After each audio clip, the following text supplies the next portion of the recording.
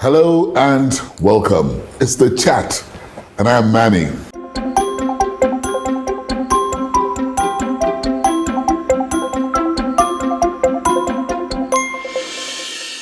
My guest on the program this week is somebody who has held Nigeria in a captive for many years, close to 4 decades.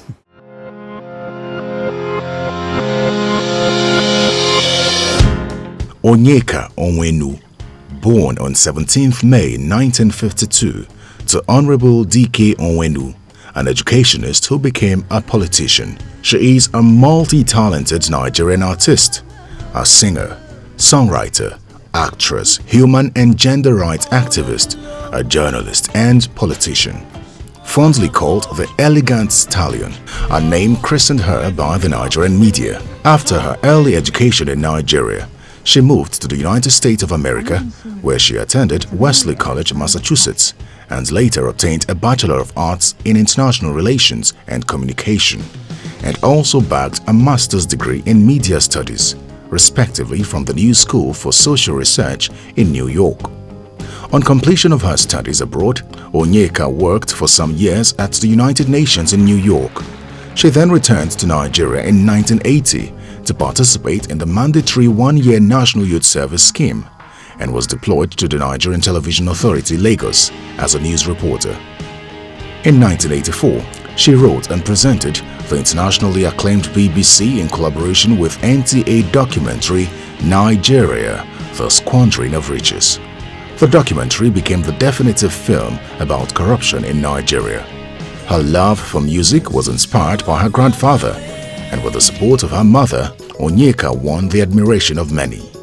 In 1989, she released the hit song One Love. The song preached peace, love and tolerance.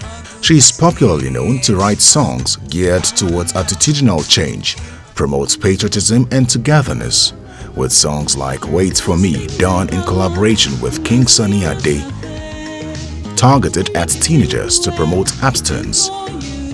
Though originally a secular artist, she now sings mainly gospel.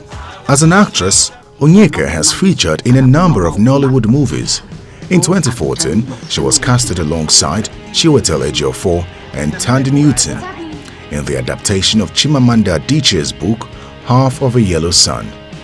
In 2013, Onyeka was appointed the Director General of the National Center for Women Development. She is currently the board chairperson of DK and Hope Onwenu Foundation, a humanitarian organization set up in honor of her late parents. Onyeka Onwenu is blessed with 2 children.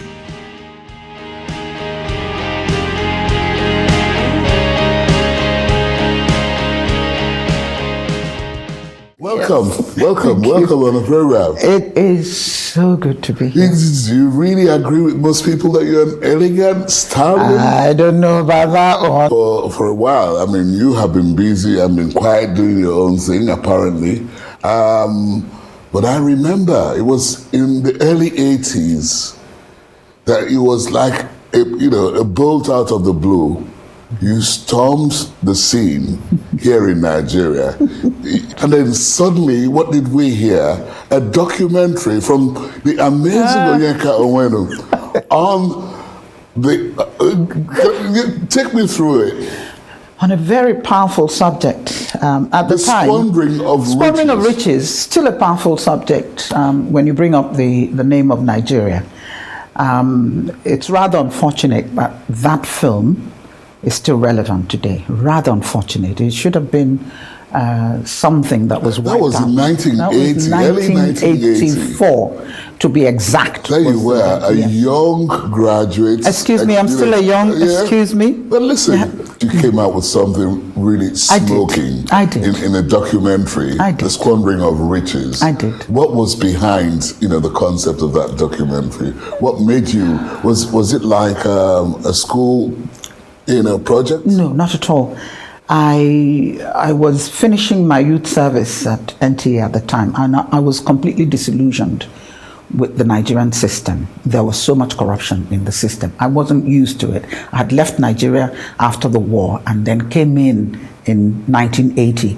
So to now see the society that I loved so much degenerate into what it was, there was no order, there was no discipline. Everybody did whatever they wanted and money was just missing. We were complaining about everything. And the options were you leave the country. I could have gone back to the US. I left the United Nations. I could have gone back there, but somehow we decided to stick it out and see what we could do with our lives to be that shining light that we were asking for.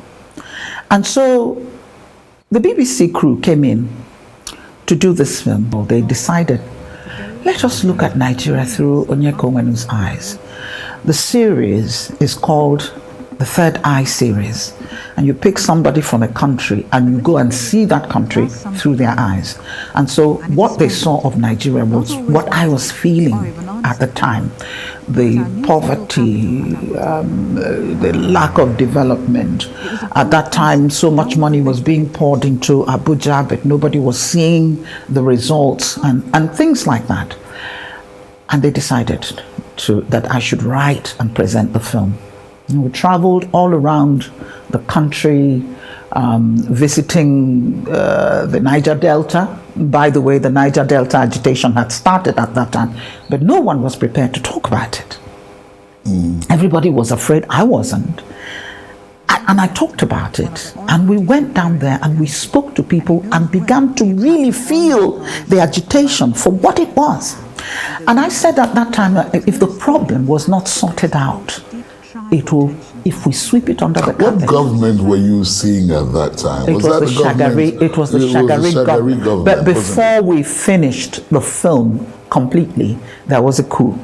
Yes. And Buhari took over. Yes. Ideally, this film justified that coup. Yes. It justified that coup. But there were people who didn't want it shown in Nigeria. It had been shown in the UK. So what sort of reaction did you get? Oh, I had threats. Coming back on the airplane, coming back from London, after the reviews in London, marvelous. A gentleman, again I won't mention his name, threatened me and said that it was over his dead body. He said, over his dead body will this film be shown in Nigeria.